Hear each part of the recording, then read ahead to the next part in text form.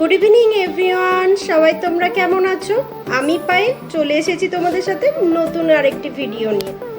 আজকে আমি বানাবো সর্ষে ইলিশ। সর্ষে ইলিশ বানানোর জন্য যা যা উপকরণ লাগে তার মধ্যে ফার্স্টেই আমি নিয়ে নিয়েছি ইলিশ মাছ, আর সাথে ভালো করে ধুয়ে নিয়ে নুন, একটু হলুদ, একটু শুকনো লঙ্কার গুঁড়ো আর একটু তেল দিয়ে ভালোভাবে মাখিয়ে আমি 10 মিনিট রেখে দিয়েছি। এরপর আমি মিক্সিতে মিক্সড করে নেওয়ার জন্য নিয়ে নিলাম একটু সাদা সর্ষে, 1 স্পুন কালো সর্ষে আর 1 স্পুন নিয়ে নিলাম পোস্ত।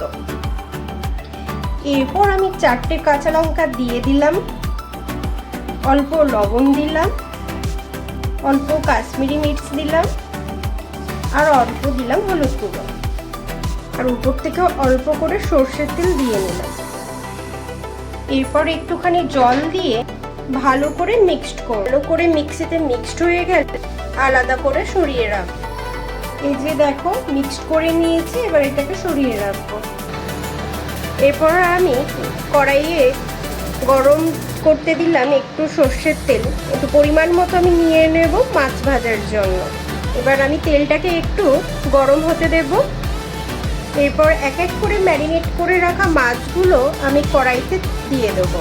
এক এক করে মাছগুলো আমি ভেজে নেব।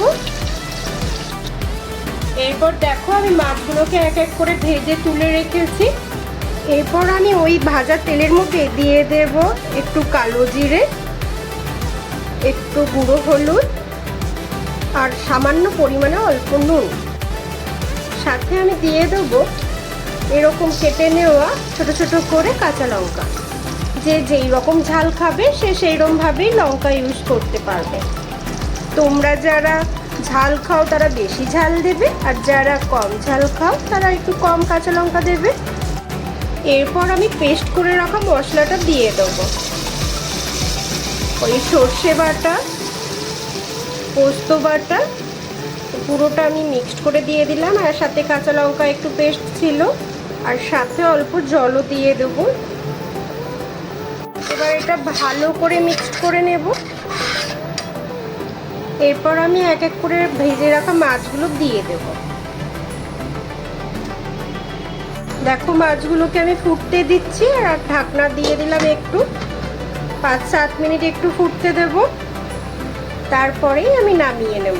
আর এই দেখো আমার রেডি হয়ে গেছে গরম গরম সর্ষে ইলিশ। গরম গরম ভাতের সাথে এই সর্ষে ইলিশ খেতে দারুণ লাগবে। কিন্তু আজকের মতো ভিডিওটা আমি এখানেই শেষ করছি, আর পরে আবার দেখা হবে নেক্সট ভিডিওতে। টাটা।